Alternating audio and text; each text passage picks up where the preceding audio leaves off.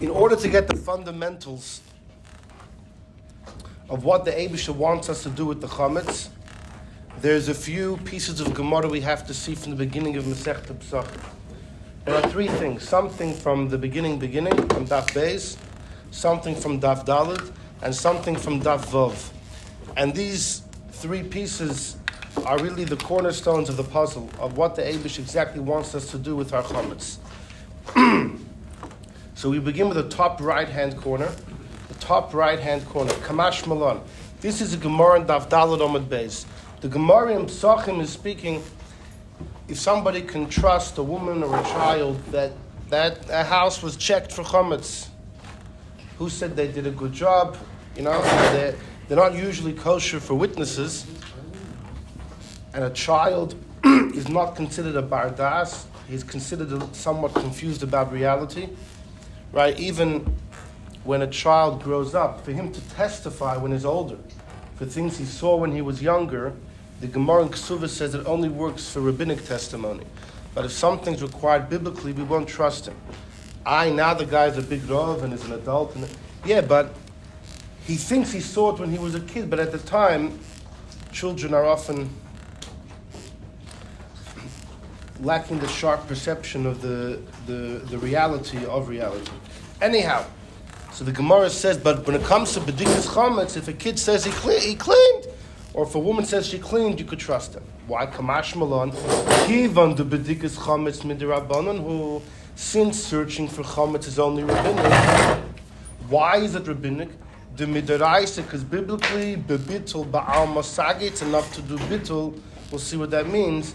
Therefore, hemnu rabbanon b'drabbanon. Since bedik is only rabbinic, so the Chachamim can tell us you could trust a woman or a child. So, we know like this. We know there's something called bedikas chametz. You search your house, you find the chametz, and then you get rid of the chametz, you destroy the chametz. According to Rabbi Yehuda, the chametz must be burnt. According to the Chachamim, destroyed in any fashion, you can crumble it up and throw it into the water. As long as it's no more accessible to mankind, flushing it down the toilet would be the same thing. According to Rabbi Yehuda, no. Ein bir chametz ela b'sreifa, it has to be burnt. But that's one element. Bedika, to search for the chametz, to find the chametz, and to destroy the chametz. But then there's another thing which is called bitul, which is, we're going to see what it means. The pashtus is to disown the chametz. And the Gemara says over here, Minat Torah, if you do bitul, it works. We'll see what exactly that is. But it works. And therefore, once bitul was done, the checking is only a rabbinic requirement. And therefore, the Chacham can say, we've made the requirement. We can loosen the parameters, and we'll say a woman could be believed, a child could be believed. That's what the Gemara says. Now, it's only 2 lines of Gemara. It's critical for many reasons. The first is, what does the Gemara mean that biblically you could just do bitul? What does that mean? So look right underneath is a Tashbisu, right underneath that. Midaraisa bebitul ba'al masag. It's enough to do bitul. Here we have a major debate between Rashi and Tashbisu. Pirish bekuntres. Rashi explains midichsiv Tashbisu. It says in Parshas Boi that beyoim harishon beyoim on the first day, which the Gemara understands that to mean erev Yom Tov. Tashbisu, you have to be mashbis the chametz from your property, from your possession. So Rashi says, v'lo ksiv tevaru. Hashem didn't say tevaru, destroy, eliminate. He said tashbisu. Tashbisu, almost says Rashi, hashbasa belevi. I see that the word hashbasa means in your heart. If it means to physically eliminate, it would say tevaru. Like when the Torah speaks about eliminating the goyim's avodah zarah, the Torah is very poetic in many terms, and they all mean physical destruction. And here it just says tashbisu. So Rashi says, I see hashbasa, the word hashbasa is in the heart. Now there's actually 2 versions in Rashi. One version is that Rashi says, Al Maisi, hashbasa belev is also hashbasa. Tosfos has it, no, hashbasa is belev. The difference would be simple. According to Tosfos' version, it's mashma, you have to do it in your heart. The fact that Hashem didn't say tevaru, destroy, he used a different word, it means in your heart you have to. In the other version of Rashi doesn't get so extreme. He just says, since it says Tashbisu, it includes also in your heart. Hashbasa beleib also counts. In other words, is the pasuk including doing it in your heart, or it means specifically? If you look in Unclus's commentary on Chumash says the word Tashbisu means tevatlun. You actually have to do bitul. According to Unclus, what the Eibishter had in mind was bitul. Anyhow, so there's two versions in Rashi. Again, the way Tosfos quotes Rashi, it's mashma, you have to do it in your heart. But the other version in Rashi just says, no, the fact that Hashem said Tashbisu means you can also do it in your heart. You could also, but you could definitely do it physically as well. But the lashon Hashbasa means rest. Okay. So I mean, it's more musava to say it means a shevi altase, kind of a Hashbasa. Dafka in your heart. Okay. Hashbasa could mean put an end to something, make it cease to exist. Put it to rest, so to speak. Yeah, put it to rest. Well, okay. So anyhow, but according to Rashi, what is the bitul? It's nullifying the chametz. It's not disowning the chametz. It's to look at the chametz as if it's nothing. To make it considered nothing in your eyes. Worthless, valueless. That's what bitul is. Because that's tashbisu. The fact it doesn't say tavar or destroy. Tashbisu means make it cease. It's almost like the Torah is saying in your eyes, make it worthless. It's not about disowning it. It's about that it's not important to you. You have no interest. It has no value. It has no value. Okay, that's how Rashi learns. And we just have the two versions. If Tashbisu means dafke, like Unclus says, tavatlun, make it nothing in your eyes. But that's how the Rambam seems to learn. The Rambam says, what is Hashbasa? I don't have it on the paper. The Rambam says it means in your mind to consider it like it's worthless and nothing and valueless. That's what God wants, Tashbisu. The other version of Rashi, like I said, is that no, the fact that Hashem said Tashbisu means He allows you to also do it in your mind, but definitely physical destruction would also work. Either way, Tosfos has a problem. The Kosher Luri, Rashi's great-grandson, said it doesn't make sense. The high Hashbasa Havorahi. The word Hashbasa does mean to physically destroy. V'loi Bitul doesn't mean Bitul. He thinks Rashi is incorrect. What? What's his name? The reed of Yitzchak. Rashi had a daughter, Yocheved. Rashi had three. Rashi had a daughter, Yocheved, who married someone by the name of Rab Meir. And they had 4 children. They had Yankov, Rabbeinu Tam, Shmuel, the Rashbam, Rab Shmuel ben Meir. There was a son, Yitzchak, the Rivom, Rab Yitzchak ben Meir, passed away young. And then there was a daughter named Miriam, who married somebody by the name of Shmuel, and they had a kid, Yitzchak, the famous Ri, so the great-grandson of Rashi. One of the most famous, he and his uncle Rabbeinu Tam, the heads of the Baalei Tosfos. The heads of the Baalei Tosfos. The Rosh writes that we have a tradition amongst Ashkenazim that both the Ri and his uncle Rabbeinu Tam were greater than the Rambam in years and in wisdom. B'chachma u'b'minyan, with years and in wisdom, and therefore if there's ever a debate between Tosfos and the Rambam, we go like Tosfos. 1300? He passes away in about the year 1200. 12. Around 1120 till 1200 he lived, those years, yeah. The Ri, right. So he wouldn't have seen his Rashi passes away in 1105. Rabbeinu Tam was only 5 years old when his Zayda passed away. But the next generation, never saw Rashi. Anyhow, so the Ri says he thinks Rashi's wrong. When the Torah says Tashbisu, it means destroy, physical destruction, not bitul. It's not bitul. What's bitul? Something else. But what's his right? The Tanya Bishmaitin Rabbi Akiva Imer. This has to. We actually quoted this more a couple of weeks ago by the burning, by the Havarish here. Burning on Shabbos. And Ein Sarg, Rabbi Kiva says, how do you know that you have to destroy an Erev Yom Tov? The Torah says, Ach b'yom harishon, on the first day. Sounds like the first day of Pesach. How do you know that you have to destroy the chametz the day before? So Rabbi Kiva says, how do you omer tashbisu? God says you have to destroy. Umatzinu lahavarash yav malach. Rabbi Kiva's tiny is, tashbisu means to burn. Like Rabbi Yehuda, burning. And burning is one of the 39 malachas. How can you do it on the first day Pesach? It must mean the day before. Says the Ri, what do you see from Rabbi Akiva? The word tashbisu means to exactly. Physical destruction. Va'oid says Toisus, and this is a whopping shaila. The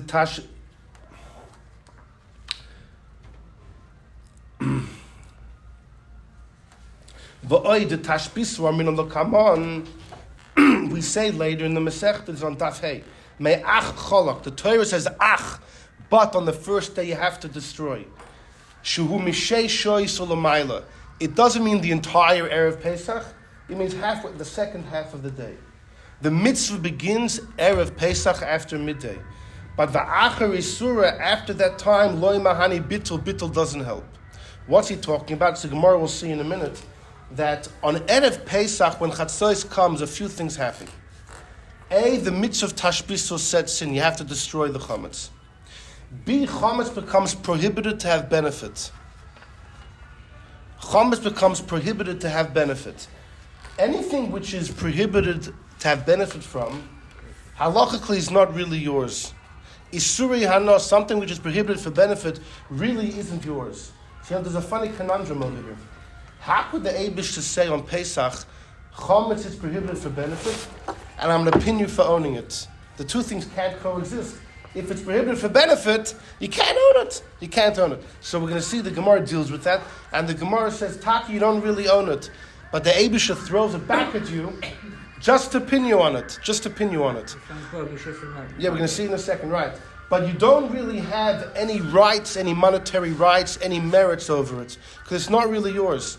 God throws it back at you to pin you for violating ownership. But you don't really own it because it's prohibited to have any benefit. So therefore you have no rights over it, and you can't do bitul after chatzos. We're going to see the Gemara in a moment. So Tosafos Shaila is very simple. On the one hand, you can't do bitul after chatzos. On the other hand, the mitzvah of Tashbisu only starts after chatzos. How could they be the same thing? How could Rashi be right? If Tashbisu means bitul, you run into a brick wall. Because the mitzvah of Tashbisu starts Erev Pesach, post chatzos. At that time, you can't do bitul. You have no monetary rights over the chametz. You can't do bitul. So therefore, the Re says Rashi got it wrong. Tashbisu means physically destroy.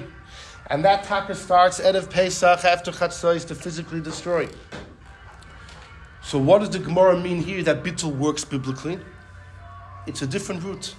It says the Re, the midaraisa bitul ba'al masagi kudu bitul mitam. It's a different reason. Bitul is hefker. Ma'acha shebitla, when you mevatel the chametz, it's hefker. You've disowned it. The yatsa mirshusay, it's left your domain. Umutun, you can possess it. Midakarminal, like we say, aval atoroya shalachedim v'shel gavoya. The Torah says lo yiro l'cha. Chametz shouldn't be seen to you. What does l'cha mean? You can't see your own chametz. You could see a guy's chametz. I mean, I tell you, if a guy brings chametz into your house, as long as you don't take responsibility to watch it, you don't transgress. It's not yours. So it says the Re. You know what bitul is? It's a loophole. Bitul is hefker. Just like if today, if you're mafkir all your chametz, you put it outside, you're mafkir all of it, comes Pesach, it's not yours. Well, that's what bitul is. It's not Tashbisu. Tashbisu starts after chatzos Erev Pesach. Tashbisu is physical destruction. When you do bitul, you're actually circumventing. You'll never end up doing Tashbisu. When the time of chatzos comes, you don't own anything. You don't own anything. In fact, the Mefarshim ask, according to the Re, are you allowed to do that? You're like actively removing from yourself the possibility to do a mitzvah min HaTorah. It's like if before Pesach someone leaves Eretz Yisrael just so you shouldn't have to bring a carbon Pesach. He can be b'derech rechayta, far away. But Tosafos finishes, v'ha'adam minon b'nedarim hefker b'fnei shloisha. Hefker needs in front of three people. The halach is for hefker to work, it needs to be in front of three people, in order that one guy should be able to acquire it and the other two can be his witnesses. Says Tosafos, that's rabbinic. Midaraisa ain't sarch. Biblically, you don't need to. So according to Tosafos, says very clearly, bitul is hefker. Bitul is hefker. It's mamish hefker. Now, according to Tosafos, you would have to verbalize it. You would have to verbalize it because biblically, for hefker to work, if you think in your mind that something's hefker, it doesn't do anything. There's a debate in the Achronim by Mechila. If someone owes you money and you're moichel, in your mind, has the Mechila actually set in? And you have like a moral responsibility to notify the person. You really shouldn't demand the money. So there's a question about that. There's a marshal. There's a debate if Mevatel works in your mind, but Hefker doesn't. Hefker is a legal transaction, and Hefker doesn't work. You have to do it b'peh. You need 3. That's rabbinic. Biblically, you could do it yourself. You're mafkir it, and that's how Bitul Chametz works. It's pretty simple, says Taisus. Rashi and the Rambam disagree. Rashi and the Rambam say no. What is Bitul? Bitul is Tashbisu. Bitul actually is Tashbisu. Okay, so with this, join me on the left for a second.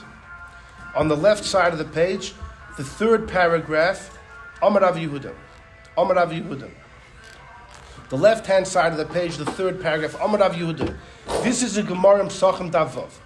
Amar Rav Yehuda Amar Rav, Haboidik Tzorech Sheyevatel. In other words, we know that these days everybody does Bitul, the night before, the morning of, and we also do B'dika and we also burn. So Rav says, even if you search, you also have to do Bitul.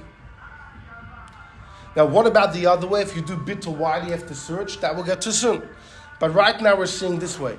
Even if you search and you check your house and you're going to destroy everything, you still have to do Bitul. My time, so the Gemara asks Rav, why are you making all these new ones to do? Well, let the guy do B'dika. Why do you have to do Bitul? So maybe you'll tell me, Mishum Pirurin. Maybe it's because of the crumbs that you're not going to find, right? When you search your house. Years ago, the Rebbe told somebody that dust isn't chametz and children aren't the korban Pesach. You get the kids to search for days and days and days. They're cleaning the house, and every speck of dust is not chametz. Anyhow, but back in the day, apparently, the Gemara is suggesting over here, you can have someone who searches the house, and there's lots of crumbs everywhere. So what are you going to do with those crumbs? You're going to own them on Pesach. So you have to do Bitul. That's what the Gemara says. Maybe that's what Rav means. Says the Gemara, no. Haloi chashivi. Crumbs are nothing. You don't own them. Crumbs are ownerless. B'chlal, in order to be over owning chametz, now besides for the mitzvah of Tashbisu, there's a loisase. Lo bal yira, bal yemotza. Chametz can't be seen, can't be found. Lo yira and lo yemotza. The Torah says, Lo yira l'chasa'or, it can't be seen. Lo yemotza b'batechem, it can't be found in your house. There is a big debate when the lav begins. Most believe the lav only begins when Pesach sets in the night of the 15th. Meaning the positive command of Tashbisu begins on the 14th and of Pesach Chatzos. The loisase begins that night. There are some Rishonim who maintain it all begins Erev Pesach midday. And it has to do with actually a long Shagas area. Don't have it on the paper. Are women chayiv in the mitzvah of Tashbisu? It's a mitzvah essay bound by time once a year to destroy your chametz.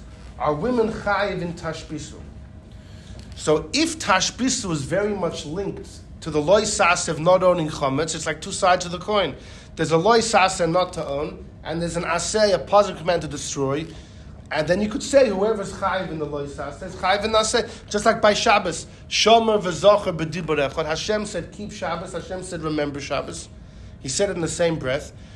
Women are chayiv in the shomer, protecting Shabbos from not violating it. It's a loy sase. So therefore they're chayiv in Kiddush as well. You could say a similar thing on Pesach. If the Tashbisu is very much linked to the Bal Yirah, Bal Yemotza. But if they begin at different times, if Tashbisu begins Erev Pesach midday, and Bal Yirah is at night, then they can't be two sides of the same coin. They're at different times of Pesach. And therefore women should be parted from Tashbisu. There's also a shaila, we know, if someone transgresses a loy saseh, usually you get malchus. But if it's a lav shenitik la'aseh, if the loy saseh can be fixed by a mitzvah saseh, you don't get lashes. For example, the Torah says don't leave over flesh from a korban, but it says noiser, if it's left over, you burn it. The mitzvah saseh of burning the leftover parts of the korban cures. In fact, the remedy. Right. So the way Rashi explains that usually malchus is the remedy. If someone is over a loisase, he's made a mess. The Malchus cleans it up. But here the Eibusha says, no, the Aseh will clean it up. There's another way to clean it up. You don't have to go through physical suffering. You can clean it up through the Aseh. So many believe, so too on Chametz on Pesach. The loisase of not owning is fixed by the Aseh of Tashbisu. So therefore, if on Chametz somebody would go to a store and buy Chametz on Pesach, we would say that you're transgressing owning chametz, but you could remedy it by destroying it, and therefore you wouldn't get lashes. The Rambam famously writes, no, the Rambam says if somebody on Pesach goes to buy chametz, you'll get whipped, because you're going to be owning chametz and you did an action. Right? We paskin to get malchus, you have to violate the law with an action. You did an action. You went to the store, yeah, that's for sure, but you did an action. So everyone asks on the Rambam, you shouldn't get malchus anyway, even if there was an action, because the loisase is fixed by an aseh of tashbisu. So they answer for the Rambam holds no. Tashbisu has nothing to do with the lo yirah and lo yimatzeh. The proof is they begin at separate times. Tashbisu begins Erev Pesach midday, Bar Yirah starts 6 hours later at night, that they're not connected. Which would mean, according to the Rambam, women should be exempt from Tashbisu. Because it's just a regular mitzvah saseh bound by time. There is no reason to be mechayev them. And it doesn't stop. It's not a bound by time where it has. They don't have the mitzvah. But they still have to do it because you shouldn't be able to allow. Okay, fine, right, yeah, correct. But Tashbisu might start earlier, but it continues the whole Pesach. Correct. But it's still bound by time because it's only 1 week a year. Okay, but it's the entire. I thought generally bound by time means. So it's Sukkot. 1 moment. No, so right, Sukkah is bound by 1 week. Not just that.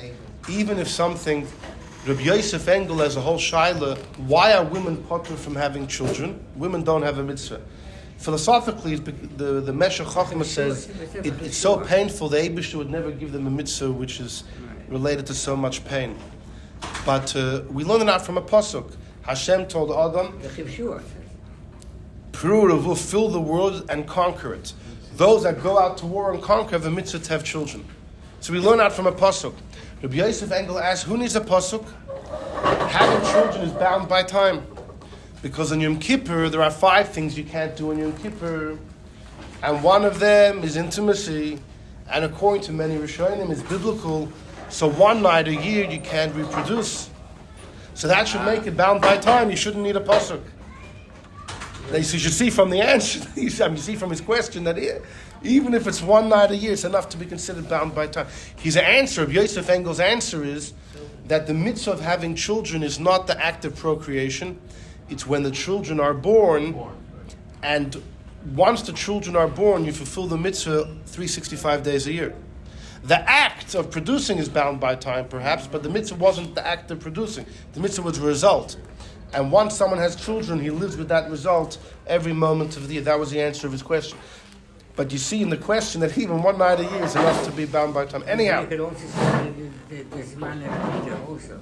But Nida? No, this is a Nida also. It's not bound by time, it's just a mikra haguf. So that was it, the same idea. Reb Shlomo Kluger famously says, we had a share about this last year, that even Kiddush Levana, Reb Shlomo Kluger has a debate with the Alter Rebbe and the Magen Avraham if Kiddush Levana is considered bound by time. Reb Shlomo Kluger says it's not bound by time. You do it the first half of the month because that's when the moon is getting bigger and bigger. You know, when I was a teenager, I was in Australia. I was sitting in a shul, and I was discussing this Shlomo Kluger with a friend of mine. That the first half of the month, where the moon gets bigger, so you do Kiddush Levana. And this guy was there, and the guy looks up and says, "Don't you know the moon actually doesn't get bigger? It's just our perception." That was. I found that very funny. And what was your response? I was shocked. I was. So you're saying He thought it was. I wonder what he was thinking. Anyhow, but the point of Shlomo Kluger is Shlomo Kluger says you only do Kiddush Levana the first half of the month, not because the mitzvah is bound by time, but because you can't do in this when the moon wanes.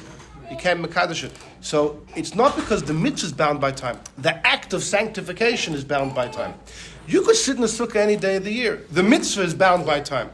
But if the act is what's bound by time, And whenever the act is possible, the mitzvah exists, then the mitzvah is considered constant.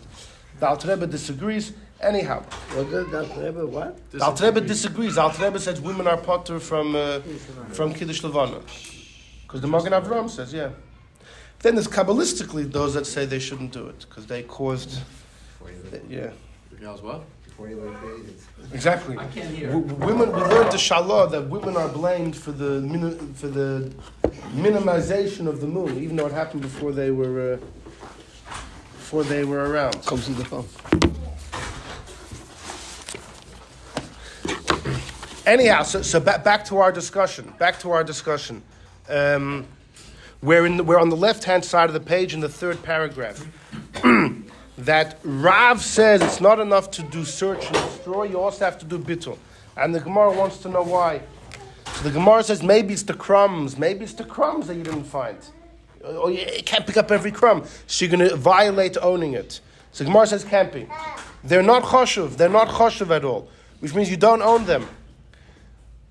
We were saying that in order to be over the Isser of Bal Yirah, Bal Yemotze, the chametz has to be the size of a kazayas.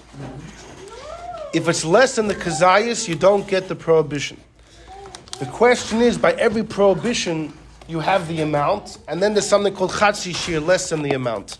The punishments are only meted out if someone eats a kazayas of treif, but it's still biblically also to have a drop. What about owning a small amount of chametz? You don't get the full prohibition unless you have a kazayas sitting in your house. What if it's half a kazayas? Is there half the amount chatzi shir by Bal Yirah and Bal Yemotze?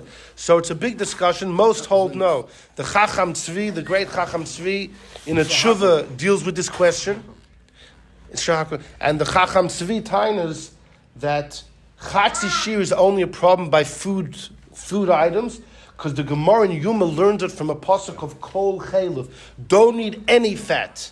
The forbidden fats of animals, which goes on the Mizbeach, and Hashem says, Yidden can't eat it, on pain of chorus. The pasuk says, kol chaylev, even a drop. The Chacham Tzvi says it only applies by food issues, not elsewhere. The Shagasari has a different reason why it doesn't apply by Bal Yirah. The Alter Rebbe, it's a little complicated what the Alter Rebbe's opinion is, but definitely crumbs definitely everybody would agree. Chatzi shir might be if you have a half, if you have a half, I don't know. Some chashivas to it. Right. By the way, the Tzemach Tzedek brings an option that when we say chatzi shir is biblically prohibited, it's mamish if it's half, not if it's less than half. The Avnei Nezer, there are those who believe it, dafka has to be half, not a third or a quarter.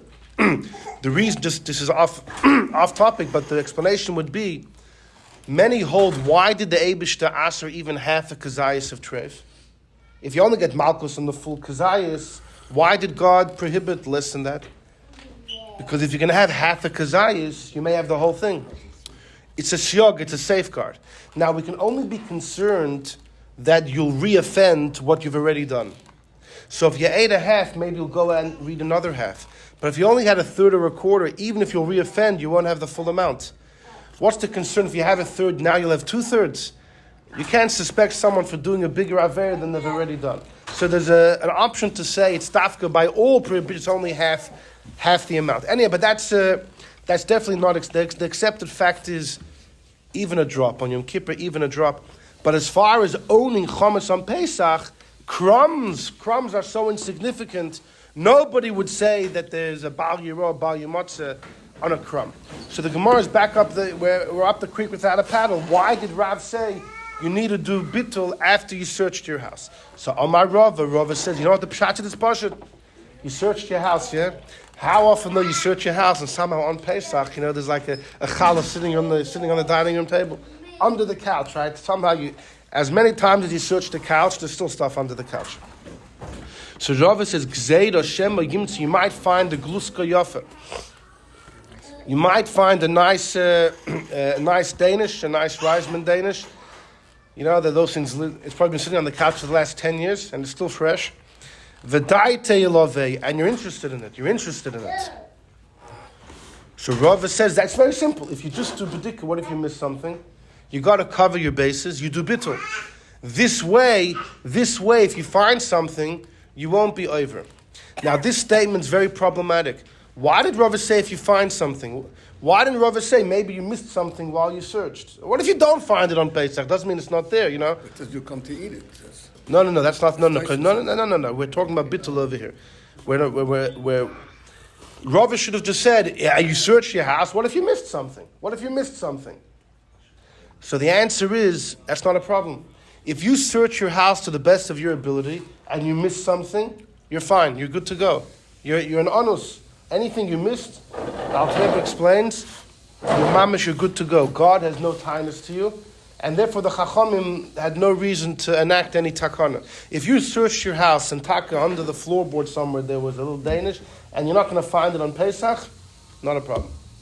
The issue is, what if you do find it on Pesach, and you pick up the Danish, and you're like, this is a good Danish. At that moment, you're going to be over owning chametz. So therefore you do bitul to save you.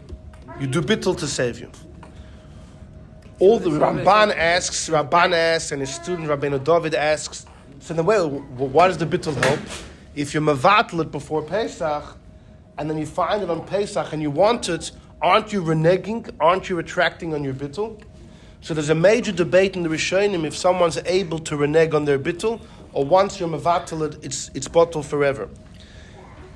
The Meiri, though, says beautiful pshat. The Meiri says you could renege on your bitul. But if your bitul was sincere, that you consider it like dust, then come Pesach and you find it, you won't be interested in it. Because you already made a bottle in your mind. So the Meiri learns the pshat's like this. If you didn't do bitul, you just searched your house, and you find the pastry on Pesach, you're going to want it. But if you did bitul, and you taka meant that it's ka'afar, it's like nothing, the way Rashi and the Rambam learn, we explained before, that you actually make it completely insignificant in your eyes, so then if you find it on Pesach, it's earth, it's dust. You won't want it. And therefore you're good. So Vadati doesn't necessarily you're going to eat it. It means that you're going to repossess it, kind of. Right. It's a piece of chashuv stuff I wanted. So Rashi says, and the Alter Rebbe explains on this, even if you remember it's Pesach and you're going to go burn it, but if you tarry, if you wait, if you're hesitant to burn it because you have pity, you're chas, you have pity on the thing, for those moments you're going to be over on Bal Yirah. In other words, Rashi says the pshat of Rava is, if you don't do bitul to cover all your bases, you just search your house and you find this thing on Pesach, even if you burn it a half hour later, for the time that you tarried and you were interested in it, you were violating owning chametz on Pesach. So dai to Yaluya doesn't have to mean you mamish wanted to eat it. It's the very fact you couldn't bring yourself to burn it right away would be enough to be over. Isn't there another potential problem? Let's say you save it to after Pesach. You still... Yeah, so that would be mamish an issue. That's why you do bitul before. Which is another answer to the Ramban and Rabbeinu David's kasha. That if you're interested in it, you're reneging on your bitul. No, I'm not reneging on my bitul. I'm just having pity on it. I'm just delaying from destroying it. You find it on Pesach, like, I should go burn it now. What did this thing do wrong? That's not enough to renege on your bitul. That would be another. The Ramban asked, if we're worried you're going to want it, so what does bitul help before? The answer is, because we're not talking about you pick it up and you worship it. I need this. The very fact that you're interested somewhat in it, it's not enough to renege your bitul. It would be enough, though, to make you violate owning it, and therefore the bitul is going to help. Exactly. And once you do bitul, it works, because you're not reneging on your bitul when you just have a little hesitancy to burn the item. Anyhow, continues the Gemara. So, why do bitul on Erev Pesach? If you find it on Yom Tov, you'll burn it on Pesach. You'll do bitul on Pesach. When you find it, you do bitul. Says the Gemara, no. Dilma mishkachas le'lebasar isur. We're worried you're going to find it not on the Erev Pesach in the morning, Erev Pesach in the afternoon, or on Pesach. V'lav b'shusei kaima. This is where the Gemara says the magic words. Once Erev Pesach after Chatzos comes, the chametz is not in your domain. You have no rights over it. Why? Because it's prohibited from benefit. Once an item is prohibited from benefit, you have no legal rights over it. V'loi motzi mavtal, and therefore you have no right to make it bottle. The Amar Rabbi Belazar says, and this is mamish the key to the whole owning chametz, shnei dvarim, there are two things, einan b'shusa shel adam. There are two things that are not in a person's domain. Yet, v'asan hakasav, the Eibishter makes it as if it's b'shusa. The Elu Hain, what are they? Bur b'shus harabim. You dig a pit in the street. It's not yours except to be pinned for responsibility if someone gets hurt. The Chametz Mishei Shoyis L'maylan Chametz Erev Pesach 6 hours and beyond. In other words, after Chatzos Erev Pesach. It's not yours because it's forbidden for benefit. But God throws it back at you to pin you. But you have no legal rights over it. And therefore you can't be Mevatel it. So therefore, that's why Rav says, we need you to do the Bitul in case you find the Danish on Pesach and you're interested, you're going to over-owning it. You got to do Bitul. When? It has to be sometime before Chatzos on the 14th. Then the Gemara continues. So why do we do it the night before? Do it 14th in the morning, which we end up doing as well. Anyhow, but that's not fine. You're not allowed to have an Is that to you? It's not yours? Okay. There is a major debate in the Poskim.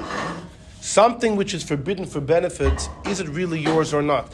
If someone makes a neder, I own, everything in my fridge is prohibited to me for benefit. Can someone come in and just take everything? So there's a Ran in a Durham that discusses that. There's a major debate. It isn't as simple as I said.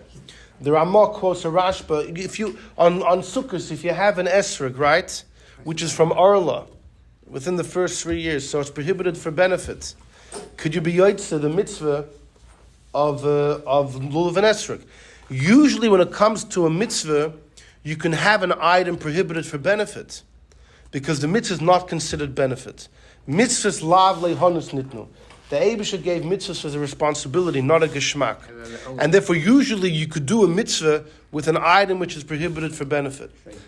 Right. The problem is, so shofar does another issue, that if it's prohibited for benefit, it has to be destroyed. If it has to be destroyed, it's like it's destroyed and it doesn't have the full shear of the tefach. Yeah, but it needs a chem. Oh, exactly. So the Ramah brings from the Rashba that by the esrog, there's a separate issue, which is it has to belong to you. And if it's prohibited for benefit, does it belong to you or not? So the Rishonim debate, it is a big debate. This is a different question. He's saying that just like chametz, it's not yours because you're not allowed to have anah from it. You're not allowed to have anah from a... Right. No, so the answer is, there are Rishonim who hold something which is prohibited from benefit, you still own. In fact, the Rambam I said before, the Rambam said if you buy chametz on Pesach, you get lashes. That psak of the Rambam has many issues. The issue before I mentioned was why you could fix up the loisaseh by destroying it, yet the Rambam avoids that. But there's another issue. How could you be over owning chametz? But how are you acquiring it, B'chlal? How could you acquire it? Right. It's on Pesach. You can acquire it. That's the point. So So the K'sois HaChosh and Tainas, that if you, the K'sois HaChosh and the Chazon Ish have a big debate. The K'sois HaChosh and Tainas, the liability here is only if you owned it before Pesach and you didn't get rid of it. So at the same moment that you should be released from it because it's prohibited from benefit, at that moment God throws it back at you. But the K'sois HaChosh says on Pesach, if you would go and acquire it, you shouldn't be able to acquire it at all. And therefore he says it must be the Rambam holds you could acquire something which is prohibited from benefit. The Chazon Ish says what you said, that on Pesach we would apply the same logic.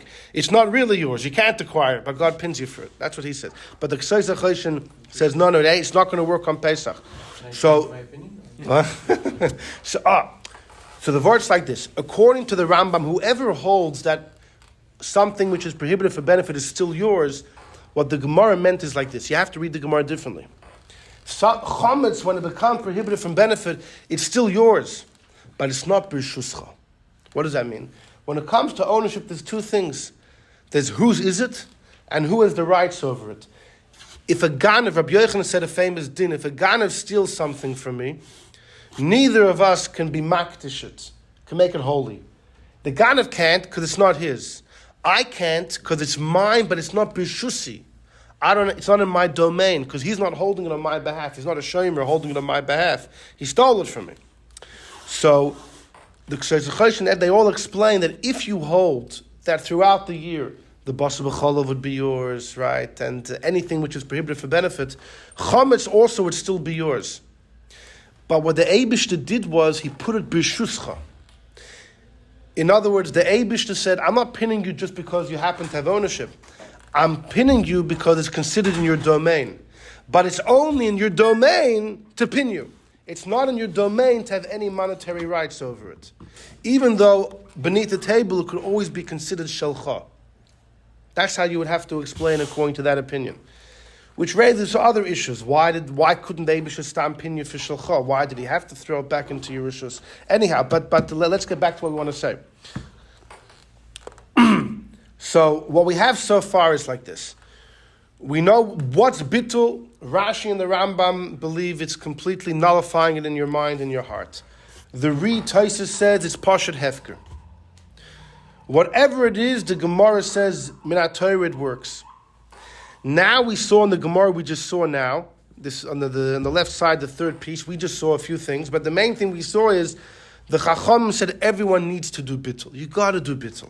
You got to cover your bases. Searching and destroying is not enough, lest you miss something, and you find it on Pesach, and you're interested in it, you'll be over-owning it, so you got to save yourself by doing Bitul before. Taisus says because of lecho, you come to eat it. That's Bedika. We're talking Bitul now. We're going to get to that in just a moment. That's the top of the page.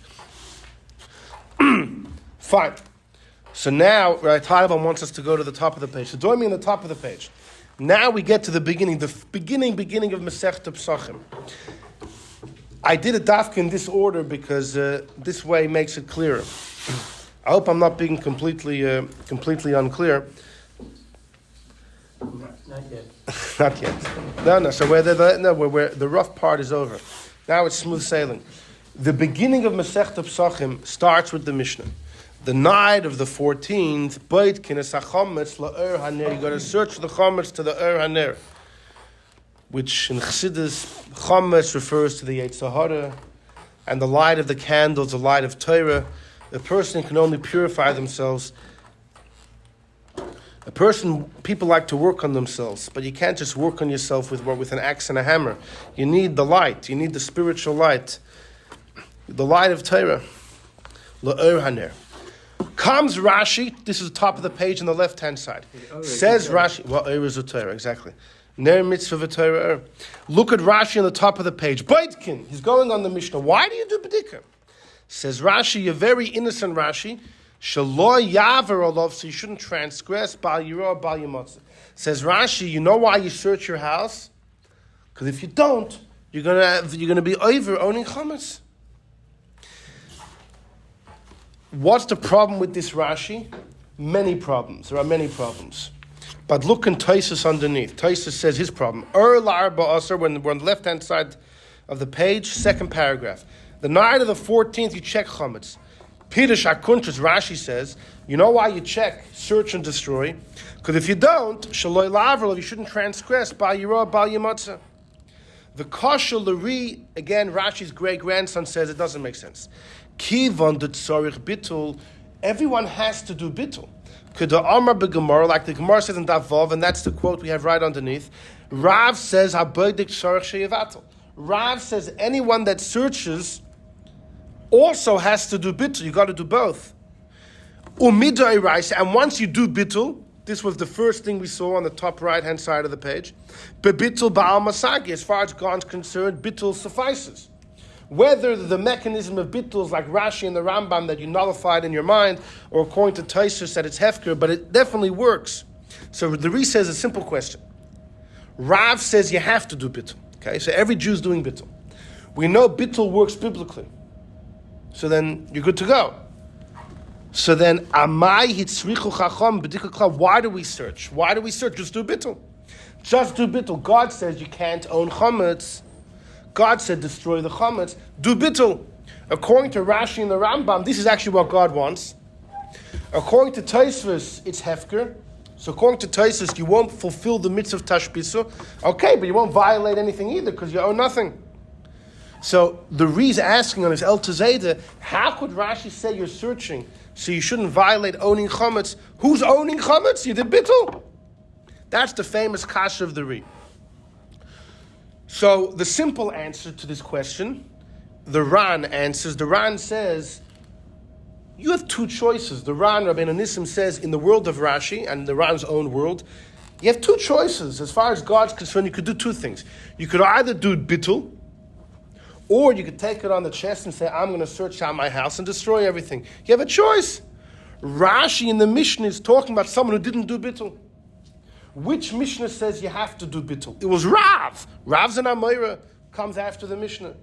Rashi's explaining the Mishnah, written by the Tanoim.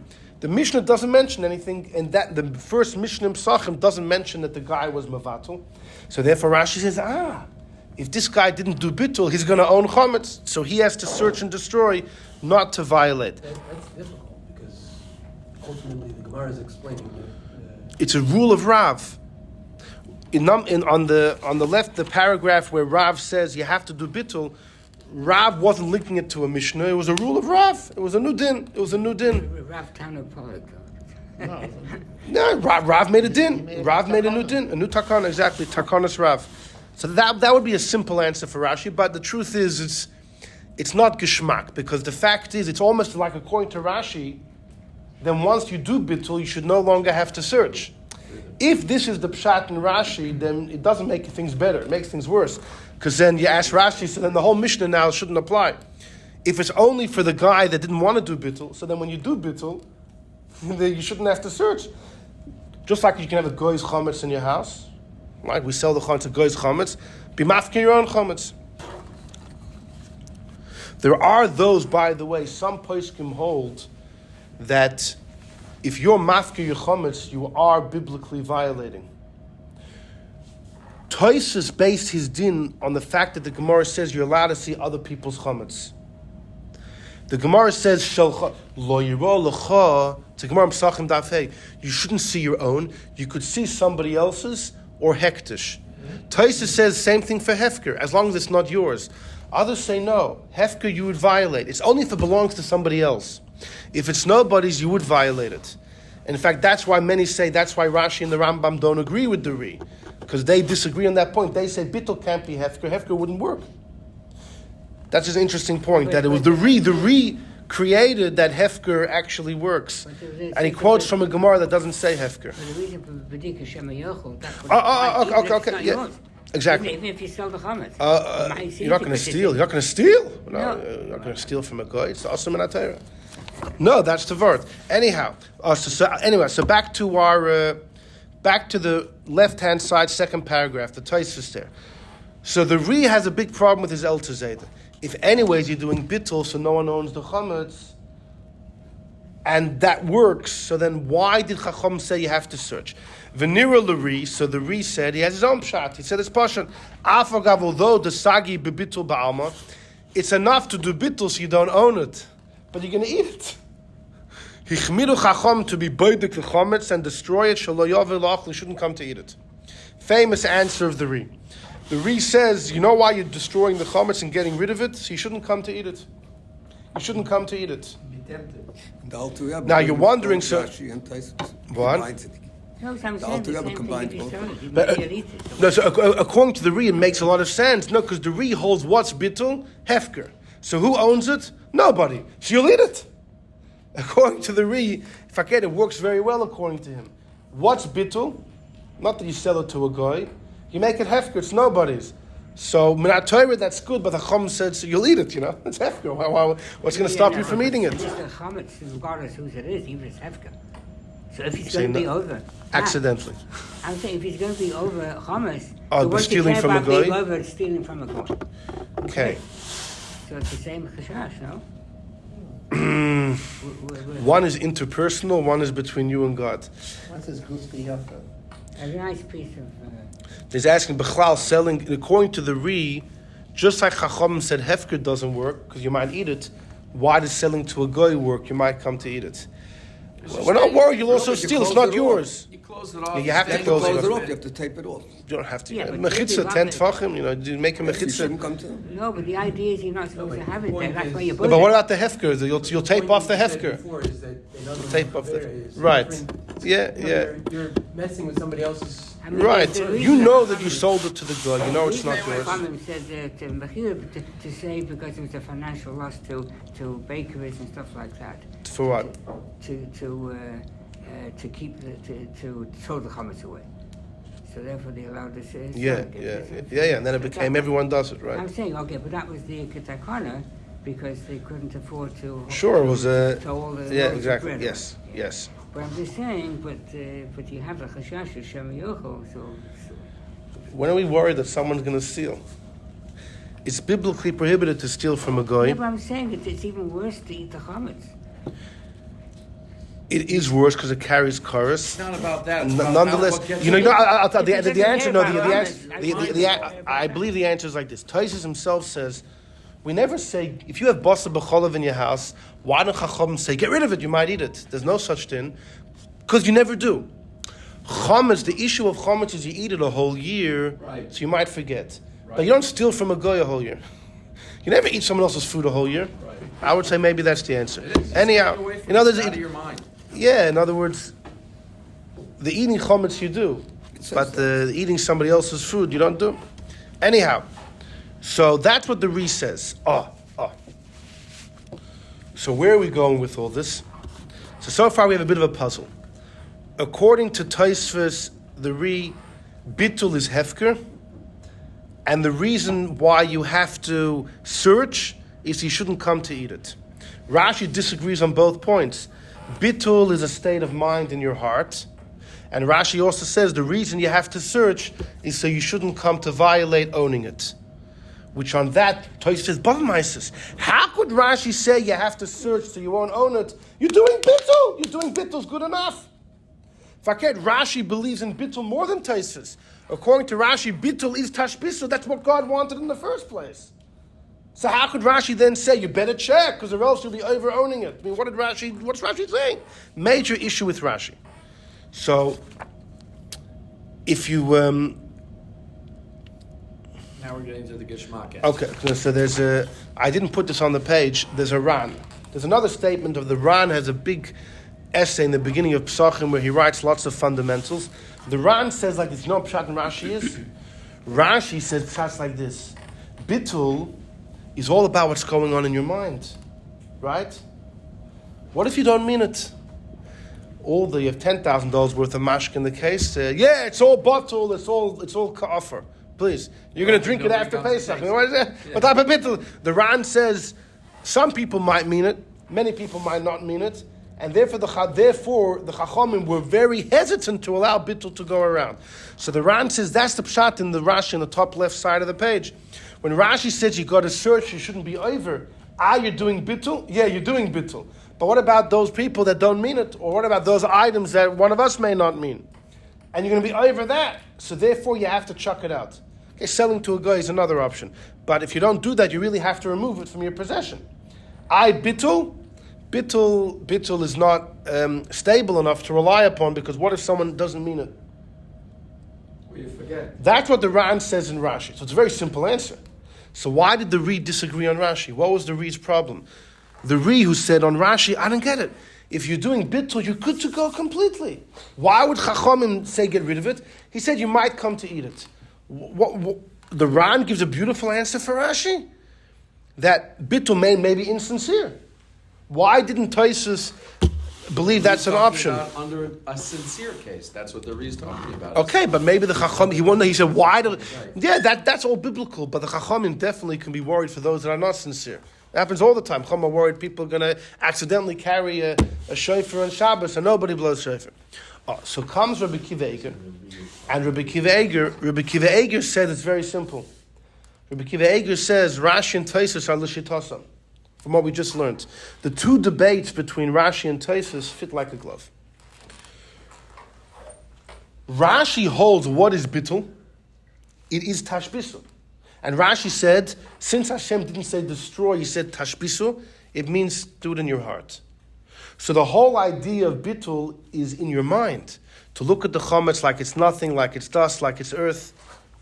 So therefore Rashi's worried, but what if you don't mean it? If you don't mean it, it's worthless. So therefore Rashi says in the beginning of the Mishnah Pesachim, you got to do bedika. So you shouldn't transgress. You're doing Bitul? Bitul is Intricate. it's a state of mind and it has to be for real. It's not a declaration, it's in your mind and what's going on in people's minds. Says Rabbi Kiva Eiger, but what does the Re hold? The Re said, the first Tosfos we learned, Bitul Hefker. It's a legal transaction.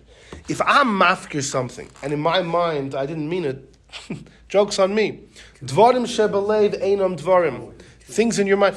You know, so many times there were stories of a boy and a girl playing around, and he gives her something, and he says, "You're married to me," right? And major shilas would come to the Rabbanim. He didn't mean it, she didn't mean it, but the people that were there thought they meant it, you know. And the general rule is that dvarim shebelev, if it's in your heart, it doesn't count. Now, if it's obvious what you're thinking, then it's not considered dvarim shebelev. In other words, there's a discussion if somebody sold, it's a Gemara in Kedushin, if somebody sold his house to go to Eretz Yisrael, and then he never went up, he wants his house back. So the buyer says, I bought it from you. You didn't make a condition in the sale that it's only if you go. But if everybody knew the guy was going, it's not considered dvarim shebelev. It's called dvarim shebelibay ubelev kol adam. If everyone knows what the guy is thinking, it's called something in his heart, but in everybody's heart as well, and it does work. When you do beer, everybody knows he did it because it's Erev Pesach. Well, there's a Machne Ephraim about the whole thing, but I wasn't going to say that. I was going to say, so Rabbi Kiva Eger says like this. He says, very simple. There's the same Ri, he argued with his Zayda Rashi on what Bitul is. The Ri says Bitul is not Tashbisu, it's Hefker. And you have to verbalize it according to the Ri. You don't need three people, one person, but you have to verbalize it and say, all of these things are now ownerless. Bitul just means that they're insignificant and therefore I am relinquishing ownership. It's Hefker. It's Hefker. We do with the Kochamir. What? We do with the Right. Kochamir. Yeah, exactly. We verbalize Hefker. So says Rabbi Kiva Eger, that's why the Ri says, Zayda Rashi, how could you say the Bitul might be insincere and you have to check? There's no such thing as being you made a legal declaration. It's a legal transaction. I don't care if you weren't sincere. It's ownerless. And therefore the Ri is scratching his head. Why did Chacham say you have to search? He said it must be, you might come to eat it. As far as ownership, you'll never own it. You'll never own it. That's what Rabbi Kiva Eger says. He says, so these two debates of Rashi and his great-grandson are mamish tolu zebazeh. But the issue that we have, and we'll finish with this, the issue is like this. And this is intriguing, short but intriguing. The fact is, Erev Pesach, once Chatzos comes, you can't do Bitul. It's a clear Gemara. The Gemara said that clearly. You can't do Bitul. Why?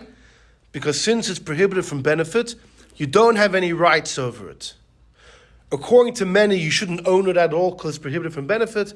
According to the Rambam and others, in theory, you own it, but you still have no rights over it because it's prohibited from benefit. But the Eibusha chucks it back at you just to pin you. And therefore, since you have no legal rights over it, you can't do Bitul. You can't do Bitul. So everybody wants to know, wait a second, why not? According to the Ri, I get it. Because Bitul is Hefker, and you don't have the right to do a legal transaction once it's prohibited from benefit. But according to Rashi and the Rambam, it's just a state of mind. Why can't you do that any time over Pesach? Who cares that the Chametz right now it's the third day of Pesach? You find Chametz. Let's say you never did Bitul before. Oh, you're owning the Chametz. So do Bitul. No, you can't. Why? Because since it's prohibited from benefit, it's not really yours. God chucks it back at you. I don't need to have any legal rights over the Chametz. According to Rashi and the Rambam, Bitul is just a state of mind. Hashbasa of Chametz. Imagine it's dust. Why can't I do that any time over Pesach? According to Tosfos, I get it. Bitul is a legal transaction. You have to have legal rights over it. According to Rashi and Rambam, it's not. So why does the Gemara say unequivocally that once Chatzos Erev Pesach comes, you lose the right to do Bitul? It's not a right. It's all about a state of mind. Why can't I procure that state of mind at any moment?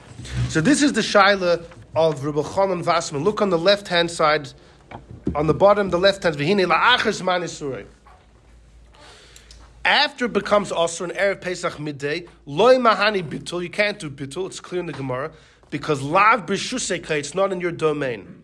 So he says, Bishloim, I get it according to Tosfos. If you explain that it's Hefker Gomer, I get it. Loy mahani Hefker b'isur hana.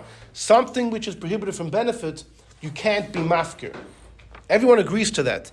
The debate that we mentioned, like by the Esragon or the Basa B'chalav, is only if something's prohibited from benefit, do you own it? But everyone agrees you don't have any rights over it. It's not b'shuscha. It's not b'shuscha. You have no rights over it. So I get it that once Erev Pesach Chatzos comes, you can't be mafker it. Just like you can't sell it.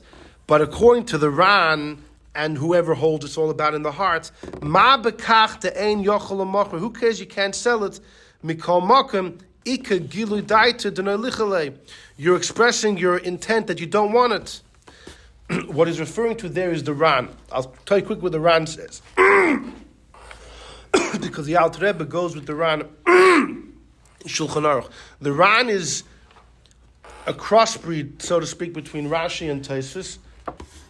But the Ran says something very simple, and the Ramban before him says the same thing. The Ran and the Ramban say like this. You know what Bitul is? It's a beautiful explanation. Erev Pesach Hatzois is prohibited from benefit. So really, it shouldn't be yours at all, or it shouldn't be in your domain. Elamai, God's going to throw it back at you. But if you tell God, I don't want it back, He doesn't give it to you. That's what Bitul is. Bitul is, God, I don't want it back. The Ran is on the right-hand side of the page. I'm not going to read it with you, but if you want, on the bottom right is the Ran. That's where the Ran says it. The Ran says Bitul is not Hefker, because the Ran says you could do Bitul in your heart. Hefker needs to be verbalized. The Ran says Bitul is, Chametz shouldn't be mine anyways, because it's prohibited from benefit. God wants to chuck it back at me, but if I don't want it, God takes a person where He wants to go. If you don't want it, God doesn't give it back to you. So says Rabbi Chanan Wasserman. So it's somewhat similar to Rashi and the Rambam, that it's in the heart, but it's a little bit different. It's when you don't want it, God doesn't give it back to you. Rashi and the Rambam seem to learn it's nothing to do with that. The mitzvah was never to disown the chametz. According to Rashi and the Rambam, it was to make the chametz that you own insignificant in your eyes. So we have like three opinions. According to Tosfos, Bitul Hefker. Rashi and the Rambam on the other side say, you can own the chametz, but make it nothing. The Ran says, by making it nothing in your mind, God doesn't chuck it back at you. That's how the Ran learns. What would be the Baba Shushagram? You can't do that there, can you? No, because you're responsible for that. Right, exactly. There's no... But in the Alter Rebbe in Shulchan Aruch, though, it does make a bit of... The Alter Rebbe goes with Tosfos the whole time, but then he quotes the Ran. Exactly what the Alter Rebbe's opinion on the matter is, it requires lots of scrutiny. But Rabbi Chanan Wasserman asks, let's say, according to the Ran, why can't you do Bitul on Pesach? Why do you have... On the first day Pesach, why can't you do Bitul? The Chametz, you lost all monetary rights because it's prohibited from benefit. What monetary rights? God wants to chuck it back. Every moment through Pesach, God is chucking it back at me, and now I don't want it. Why doesn't that work? So B'chonim Vasman asks, why can't you be Megala Yadah someone that you don't want it? And therefore God won't chuck it back at you. But Tzarech Loimar, so B'chonim says, for the Ran I have a good answer, but we're going to struggle with Rashi and the Rambam. According to the Ran, it's a good answer. It could be the moment Erev Pesach Hatzois comes and the Chametz is prohibited from benefit, God chucks it back at you then, and it's a one-time chuck back. At that moment, you already had to have the bittul. That God, I don't want it. But if God already threw it back at you, it could be later on, you don't always retain the right to say, God, I don't want it. So if it's Sarach Loim, he says, Deloy Mahani Hach Taima, the reason of the Ran only works, Shaloy Ye Nasim Mitchila, that in the first moment of Erev Pesach midday, that God throws it back to B'shusay. Avlim Kvar Asar, but if already the Eibush had chucked it back at you, it could be you don't have the right to say, God, I don't want it. That's talking about in the middle of Pesach. Exactly. That's why. So in other words, so what he's saying, Tosfos I get, the Ran I get. By the Shittas Rashi, he has a problem with Rashi. This is Chanan Wasserman, who was Nebuch murdered by the Nazis. The yeshiva in California, Rabbi Shachat's brother, is named after him. When he came to California, Rabbi Chanan Wasserman's son, Simcha Wasserman, was there. And Rabbi Shachat was taking over his yeshiva, something to that degree. But Simcha Wasserman said, okay, but I wanted to have the name of my father. So Rabbi Shachat asked the Rebbe, and the Rebbe said, Chanan Wasserman, it's definitely okay to have his... When my mother's father, Oliver Shulman, he was a young teenager before the Holocaust, B'chonim Wasserman came to his yeshiva to feher a couple boys. He was one of the boys that was fehered by him. Who's the one who came to rescue all the Yidden? That's him? B'chonim Wasserman was in America right before the Holocaust. Right back.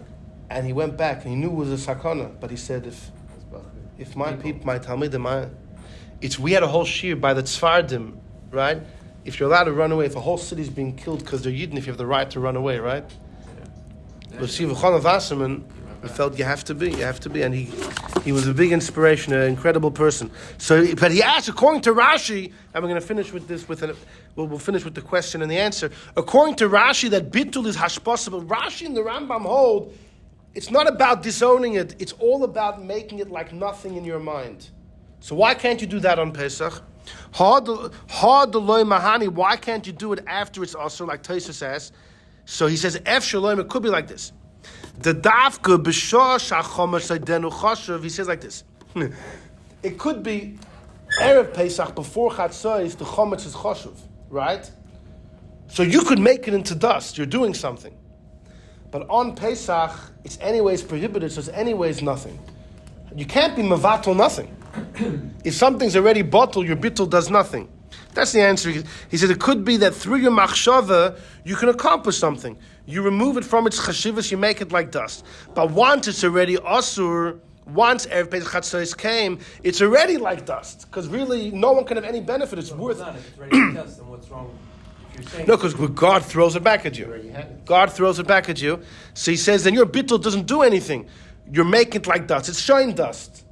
That's the answer he gives. Interesting answer. But in the bottom of the page, I have an Avnei Nezer over here. The Avnei Nezer gives a different answer to the Shaila. And he says, Yesh la'ayin, let's ask, the exact same question as Rabbi Chanan. Why taka can't you be Mevatel after the Isser, after Erev Pesach midday? So you're going to tell me, Dalav Bishu say, well, it's not in your domain. So he says, Bishloim, if the reason is Hefker, Mama's the same thing as Rabbi Chanan Wasserman. Then just like you can't make it hektish, because it's not, you have no monetary rights, so you can't be mafkirit. But to make it like dust, like Rashi and the Rambam, you don't need any monetary rights. Ma'anaf kamina, who cares if it's not yours? Hol loy tar, it's not a kasha. And he says like this, there's a Mishnah in Kalim, Oiris shel gazlan e machshava metamosan. Skins of animals only become susceptible to tumah once they become usable, once they've reached the stage of being usable. What's that stage? It depends on the person, depends on the manufacturer, right? Some people, depends what you're using them for. So if somebody steals somebody else's skins from the carcasses, and the Gazlan wants to use it, for him it's already ready for use. And in his mind, he thinks, I'm good to go with these things, I'm already ready to use them for whatever usage he has. It won't work. Why? Since it's not yours, his machshava can't affect it. So he says, so too over here. Since after Chatzos it becomes free for benefit, so you have no monetary rights, your machshava can have no effect on an item if it's not yours. You need the legal rights of an item in order for your machshava to have an effect on it. And what that means is, to finish with like this. In the world of Rashi and the Rambam, that bitul is a state of mind. Make a bottle in your mind, imagine like it's worthless, dust, offer, etc.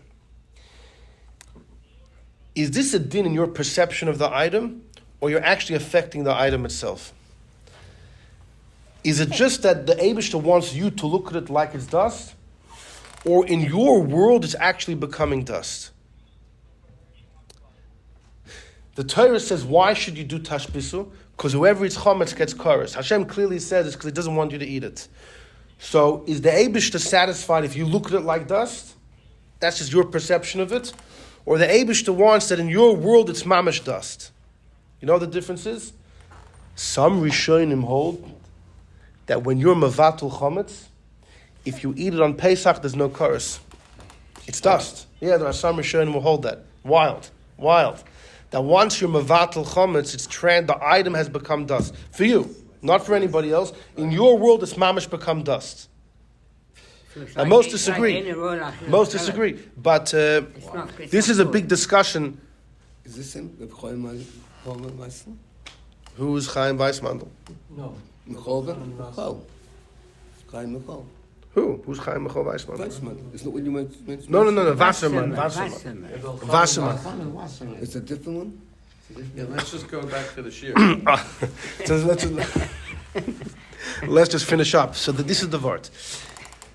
If Rashi and Rambam believe Bitul is just in your perception, so then you should be able to do it on Pesach.